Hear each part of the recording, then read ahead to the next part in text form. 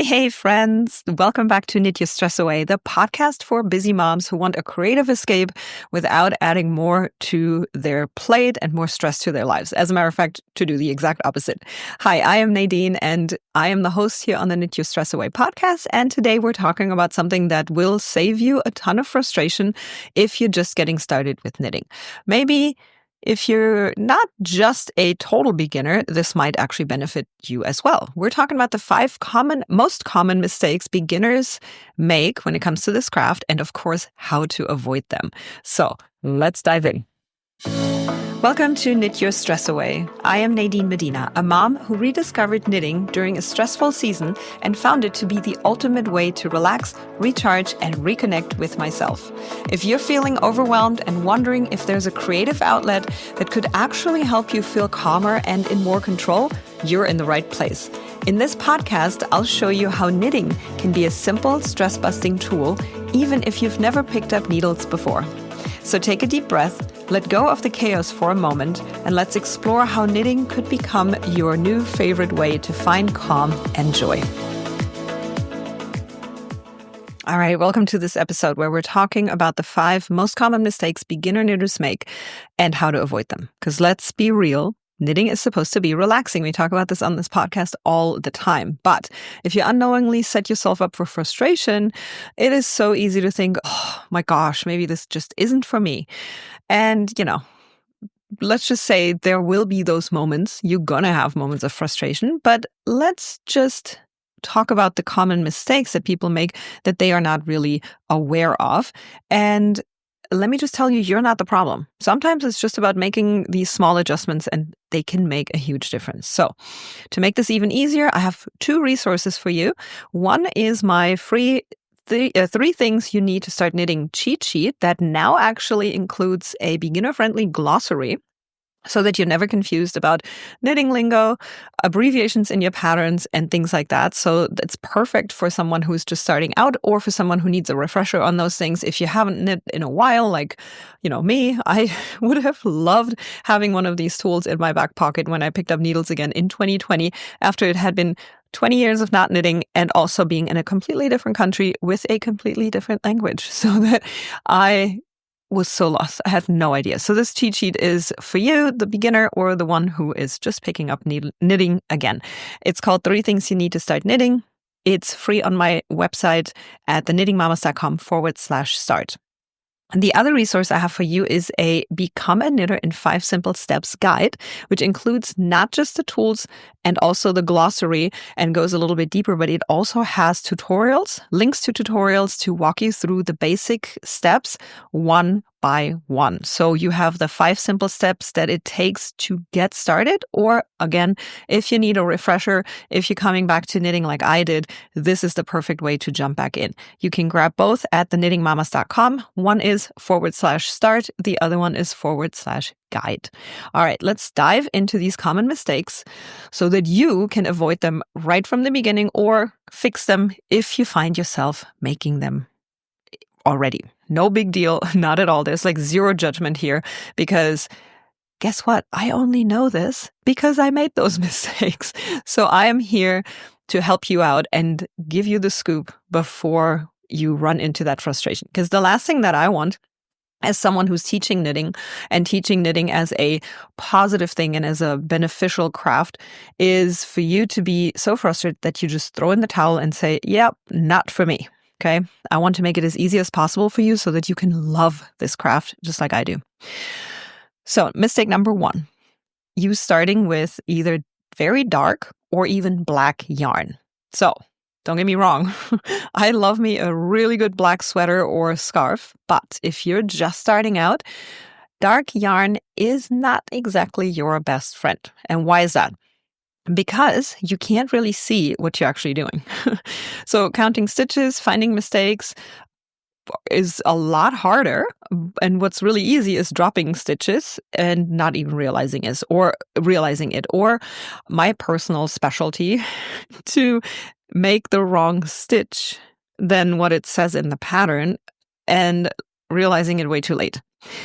When you have dark yarn or very dark yarn or black yarn, it's a lot harder to see those mistakes and finding them. But also counting can become quite hard if you have to count rows or the stitch count.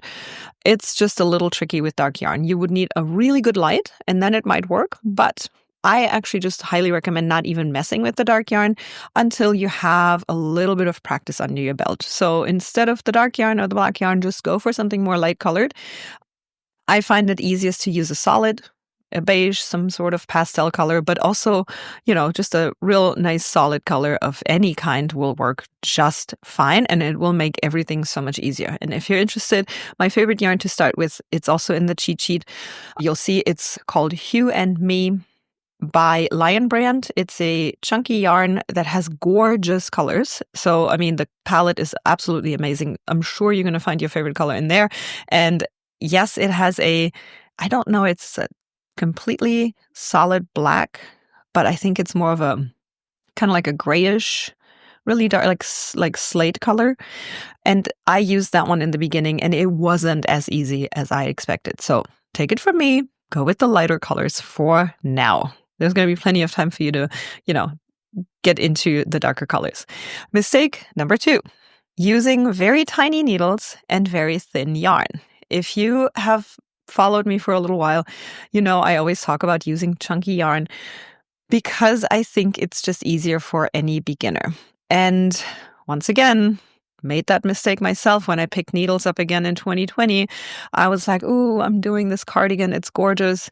And it was a very simple pattern, super easy stitch. Everything was rectangle shaped. There was no decreases. I set myself up for so much success, except the size of the needles and therefore also the weight of the yarn. So the weight of the yarn, meaning how thick is the yarn. And the thinner the yarn, it's all gorgeous results. Don't get me wrong. It's like beautiful. But the thinner the yarn, the smaller the needles have to be in order for you to get the result that you want. But it makes knitting a little bit trickier because it's just very fine. It also makes it a lot slower, obviously, because the thinner the yarn, the longer it'll take for you to finish a project. And I just don't think it's the best thing to do at the very beginning because I want you to have a quick success or a quick accomplishment. And I gotta be honest, I really wanted to knit again. So I kept going and going with that cardigan, but it took me actual months to get it done. I think it was a 2-month project, maybe even longer. And it was during the pandemic, so I was home a lot. So it wasn't for the lack of time necessarily. However, it took so very long and I was really getting bored with it. And it was before I realized that I can actually do a second project at the same time so I don't get bored. So yeah, again, just take it from me. Use a little bit of a thicker, chunky yarn. Again, I recommend Hue and Me from Lion Brand. Really love it. Gorgeous colors. Don't mind my dog in the background if you can hear him. And along with that, you want to use a US 8 size circular needle, which is a 5mm needle. And that corresponds with that yarn. And you can find plenty of amazing, quickly finished projects that you can start with that yarn. Mistake number 3, choosing a complicated pattern.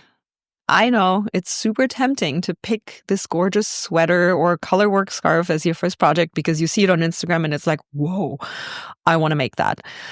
But pace yourself. You're going to get there, right? I find it like a really delicate balance to, pick the pattern that is not too boring or easy or, too complicated or challenging to where you're just like, not touching that again. That is not the place you want to be. If it's too easy, it's very simple. You just finish it and then you can pick up one that's more challenging. But I feel like if you start a challenging one, the end of that is usually that it just ends up in the corner and you're not touching it again. Ask me how I know. I don't know if I'm going to tell you that I do have one of those laying in the corner and I have not unraveled it yet because I still feel like I can make it happen, but I'm just not feeling it, and that's because I struggled so much with that one. So I'm sure this is like a year ago and I'm sure I've knitted enough in between to where I'm now able to do that one, but I'm just not feeling it. So to avoid all that, right? Let's for your first project or your second project, stick to maybe a garter stitch project, which is literally just knitting every single row, meaning you only need one stitch. I actually teach you that stitch in the 5 Steps to Become a Knitter guide. You can download that again. I'm popping the link in the show notes. So that's all you need. You need to cast on, you need to do that stitch, and then you need to know how to cast off. Done, right? So you only need to learn the most important skill, and you can avoid the frustration of anything complicated, color work, things being just too challenging, and you actually see your progress and you get something done in no time. I think it's just amazing. Mistake number 4. You may be knitting too tightly or too loosely. Raise your hand if you've ever knit so tightly that you couldn't get the needle into the next stitch. Let me know, because yes, I've been there. On the flip side though, super loose stitches can also make your knitting not look all that great. And sometimes we have this like too tight, too loose in the same project, and it makes it look a little bit wonky. So how do we fix this? The key here is to relax your hands and don't pull the yarn too tight in your left hand. If that's where you're holding the yarn, if you're learning continental, that's where you would hold it. Otherwise, you'll have it in your right hand. So if your stitches are kind of too tight, loosen your grip just a little bit. And also, as you're pulling the newly knitted stitch off of your left needle, you want to make sure that you don't pull the yarn too tight in that moment so that it's not like sitting super tight on that needle. So kind of play with that a little bit. Same goes for if they're too loose and they're kind of sliding around and you're noticing that the fabric that you're creating is just a little too loose, right? Give your yarn just a gentle tug after you pull each newly knit stitch off of that left needle. And it's kind of a little bit of fine tuning. It's not exactly a science because everybody knits differently, but you're going to find your rhythm. It's just, you got to play with it. And I also have to say that depending on the yarn you use and the needle that you're using, it can change from project to project, and you kind of have to find your way through each project. But just don't be alarmed. Don't be like, oh my gosh, I just don't know how to do this. You're going to figure the tension out. And just another tip from my end, if you're having issues with tension in general, when you're feeling like, oh my gosh, the yarn is just sliding through my fingers and I just can't have that tension between my needles and the hand or the finger that is holding the yarn, use a tension ring. So you can find those on Etsy. There's plenty of them. They're super cute too. A lot of them have like little animals on them. But they have this little loop that will guide the yarn through the ring, and it'll make sure that it's just the right tension when you pull the yarn. So it's not too tight where you're like, oh, can't pull my yarn, but it's also not too loose as it might be when you just have it wrapped around your finger. So if you're having tension issues, see if a tension ring can help you. Last but not least, mistake number 5, you are skipping the gauge swatch. Ha, I know. So if you don't know what a gauge swatch is, you definitely need to read up on that. And if you do know what one is, but you're still skipping it, let's not do that anymore, okay? I know, swatching is not necessarily the most exciting part of knitting. It also almost feels like a waste of time because you're like, I just want to get to my project. I don't want to knit something just to unravel it again. But if you're making something that actually needs to fit, like a beanie or a sweater, skipping the gauge swatch is like baking a cake without checking the oven temperature. So you're just kind of like shooting in the dark and hoping for the best. And that's not what we want, especially when it comes to a larger project that takes a lot of time, because by the end of it, you may end up with something that actually does not fit you. It could be too big, it could be too small, depends on, your tension, the material that you're using, and it just isn't a great place to be. Again, ask me how I know. I swear to you, I have made every single one of these mistakes, not just once, multiple times. I gave a few things away because my gauge was off and I had no idea because I skipped the gauge swatch. So why do we need a gauge swatch? It will help you make sure that your stitches actually match the pattern sizing, meaning you have a certain suggestion in the pattern and also on the yarn, but I would go by what your pattern says. that will give you a certain amount of stitches and a certain amount of rows that need to fit in a little square, which is usually 4 inches by 4 inches. If you are off, once you knit this little piece, and if your gauge is off and it's off by more than a half an inch, then I highly recommend changing your needle size and maybe playing with your tension. And if you're knitting too tight or too loose, and then start it again. It's so worth it, especially if you're knitting something that you want to wear. You're going to feel so much more confident too when you do a gauge swatch before you actually start your project. And side note, I always use the gauge swatches as little coasters. My daughters love them. They put them under their flower pots or just use them as a coaster in their room. And they're not exactly going to waste. And I don't feel like I wasted a bunch of time unraveling something that I just finished knitting because they're actually using it. So just a side note, you could do that too. So, by the way, I actually have a video that shows you exactly how to knit a gauge swatch and why you need it. Again, just to reiterate, and it's also inside the Become a Knitter in 5 Simple Steps guide, along with other beginner-friendly tutorials. So just go ahead and grab that. So now that you know what not to do, you are ready and set up for success, right? So if you want that essential checklist, it's the cheat sheet that includes the glossary now with the breakdown of the most common knitting lingo and any words and abbreviations that you might need, but it also has the breakdown of the supplies that you're going to need, including the links and some suggestions for patterns. You can go ahead and download that for free at theknittingmamas.com/start. And if this episode was at all helpful to you, please take a screenshot, share it in your Instagram stories, and tag me at @theknittingmamas_. I would just love to see what you're working on, what you're creating. So just tag me in there, share it with me, send me a DM on Instagram, or come in our community. Our community is free. It's on Facebook, and you can find it at theknittingmamas.com/group. I will see you next time in the next episode of the Knit Your Stress Away podcast. And until then, let me know what you need help with, either in the group or on Instagram. And happy knitting! Thanks so much for hanging out with me on today's episode. I hope you're walking away with a bit more inspiration and a few ideas to make your self-care a priority. If today's chat gave you a little boost, I'd love it if you could leave a 5-star review on iTunes. This helps other moms discover the podcast and start finding more calm and creativity in their day as well.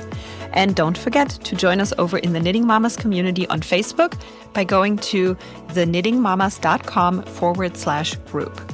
Thanks again, and remember, you deserve time for yourself to recharge and feel your best. Catch you next time on the Knit the Stress Away podcast.